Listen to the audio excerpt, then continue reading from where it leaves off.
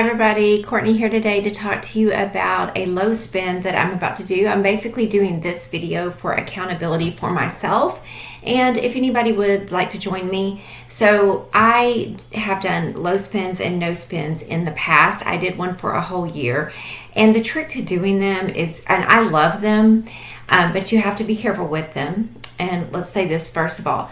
The trick to doing them is not to just not spend and then binge, like when you're on a diet and then you get so hungry you eat like crazy. But I have found the way to do it is just to set parameters. I think about going to the bowling alley when I was a kid, heck, even when I was an adult, and you have the guardrails because I'm not good at bowling, and you throw the bowling ball and it can't go into the gutter, right? So it's not about not spending. You're going to, a low spend I consider is like you're going to go ahead and handle things that you already have planned or you know you may have to spend. But beyond that, you're going to really identify your needs versus your wants. And so I was going to just kind of tell you some of my thoughts on that and what I'm doing in the month of March. So I learned from a YouTuber called Kay Caden to do quarterly budgeting. And I started doing that last year, just kind of like, what are my goals for this quarter? What is my budget for this quarter? And generally, January through March are not really expensive for us. But last month, January was great. We didn't spend hardly any money. Last month was a major doozy. We had a bunch of unexpected medical bills. I had some family members who had some issues that we had to help them with, and we didn't have to, but we did.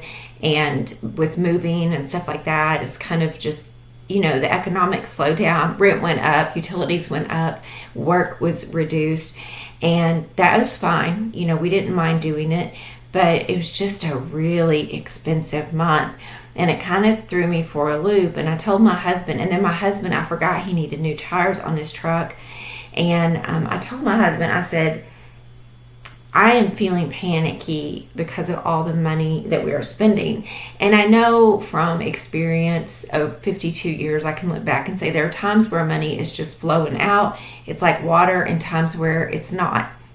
So I want to tighten our belt. So I asked him if we could just focus on needs versus wants for March. And so I know that April, May, and June are going to be very expensive and very busy. We have travel. We have one of our sons is graduating. 2 of our kids are having babies. We have baby showers, new babies, travel to see the baby, travel to graduation. So a lot coming up. But here are a few things that my kind of guardrails are, just to help you to set your own, if you'd like to follow along with me. The first one is I'm going to try to not give any loans. And that's just a conscious decision to, when someone calls me for a loan, to see if we can't solve that problem without giving money. Like, let's talk about this, rather than just fixing the problem, which, to be honest with you, I'm going to be really honest here in this video. Sometimes that's self-serving, right? Sometimes you're able to help and you don't want to worry, so you help so that you don't worry. But that can be enabling in some cases. So I had a couple of situations this month where I did help, and I thought to myself, that's a really fine balancing act. So anyway, that's a hard subject that I don't want to get into because I don't want to say anything negative about anybody or any situation, because those were very, very varied, and not everyone thinks like me. Number 2 is clothes. I know that I'm going to join a health club in March with my mom. My mom lives about 45 minutes away, but they're building a new road, which will reduce my travel time there to 30 minutes. And I'm going to join that health club so that I can go with my mom to work out. Oh, I'm having a hair day. Boy, oh boy. I'm going to need to buy a new bathing suit. I want a bathing suit with better coverage, but for everything else, I have a gift card to Old Navy, and I have a gift card to my favorite boutique thrift store. And so anything that I need beyond that bathing suit, I will get at those stores. It's starting to get warm here very quick. It's the end of February. I've never seen it get this warm in February before. It's kind of crazy. But at any rate, I'm not going to be going shopping, and that helps me. Those guardrails help me, because what it does for me is it shows me, like, If you go in Walmart, Courtney, you're not going to browse, right? You're going to have to go through all the clothes you have and figure out what you have and what you can make do with. And I may not need to buy anything. I may be able to go through my spring clothes. Chances are I probably forgot some things I already had. The next one is the food budget. So our food budget was crazy this month, and I'm not exactly sure why. I know the cost of food has gone up a lot. I know that I didn't feel good, and I have really stocked up. My house is stocked full of food right now. I did a lot of stocking up this past month. I also did a lot of going to different stores that I don't normally go to and stocking up at those stores on things that I need. So the first week of March, I plan to cook from my pantry. The second, third, and fourth week, I plan to cook from my pantry and go to the store and only buy what I need to meal plan. And I'm really going to try to cut our food budget in half.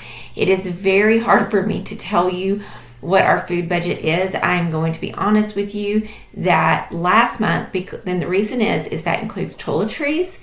I get toiletries, hair care, medicine, dog food, cat food. We have 5 cat and dogs. That doesn't even include our horses. I often pick up stuff for family members. And so it's really hard for me to know, but we spent somewhere around $962 last month between grocery stores. And some of that was like going to Whole Foods and eating lunch twice. So, or picking up sushi to go at the local Kroger. So it's hard for me to say exactly, but I want to cut that way back. The other thing we have is the unplanned travel. So I won't be making any unplanned travel unless my son has to have dental surgery. That may come up. But for otherwise, I've just got to book a shuttle and a rental car for our travel in May. So these are things I know I have coming up. Our eating out budget was included in that $962. I'm going to try to be more mindful of that. I take my son out to eat once a week, or my daughter, and I have just found that the price of that, even for lunch, has gotten to where it's $50 to go out to eat. So I'm going to talk to him about that and say, like, I really enjoy going out to eat with you, but we're going to stick to water from now on and one dish, that's under $10 or $15. Like, we need to watch that bill. That's my way of laying my eyes on him every week, because my son does have autism, my youngest son, and I like to make sure he's okay. I'll continue to buy books at the library. There is a book I want, and if I get enough Amazon points, I may buy it. It's a Joshua Becker book. I am going to see if the library will order it for me. Just again, needs versus wants. And if there is a want, I'm going to ask if it can wait, or if it's really necessary, it will be put in a cart or it will be on hold. I know for sure that I'm going to paint our outdoor furniture, and so I will have to buy paint for that. But really focusing on, do I need this? And I think I'm going to take cash to the grocery store for the month of March. Even though I do use credit card points, there are studies that show you spend more when you're using your credit card, and I 100% believe that's true. I have tested it time and time again. It doesn't matter how savvy you are, and I am pretty savvy with the money. And I can tell you, if I have $150 and I look and cherries are $4.99 a pound, normally I'm going to throw them in my cart. But one time this did happen to me. They were on sale, $4.99 a pound. I put them I got up to the checkout and I weighed them on the scale. They were like $14. It was like 2 something pounds, and I had no idea they were that heavy. So you're much more likely to be mindful of the cost if you have cash in your pocket. So I'm probably going to do cash only for the grocery store for the month of March.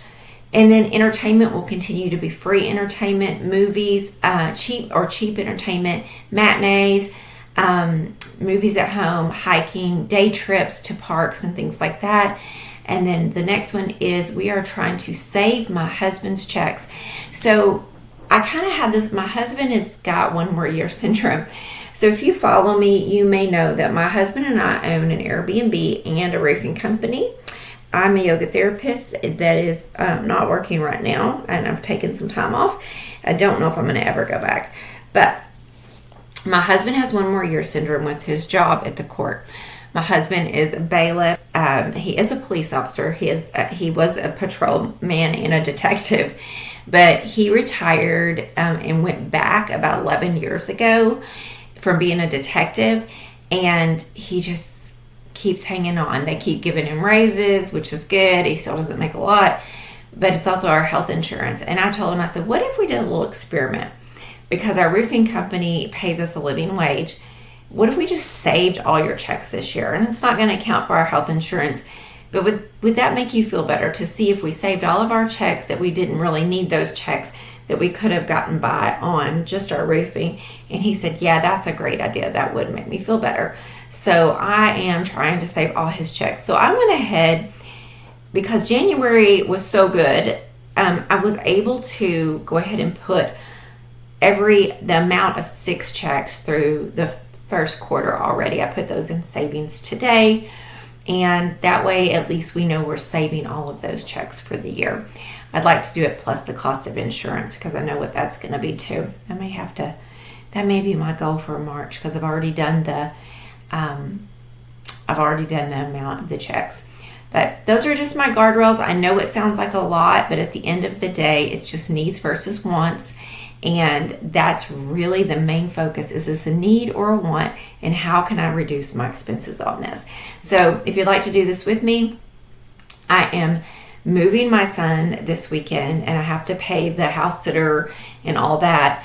And the cost of the Airbnb is paid and everything, and our meals out and gas. But as soon as I get back, I'm going to start this challenge for the month of March. I have found doing these challenges, it really reduces my anxiety and my decision fatigue, because it reduces the decisions you have to make, because it's not even on the table. All right. Thank you so much. Have a wonderful day. I appreciate you. Bye-bye.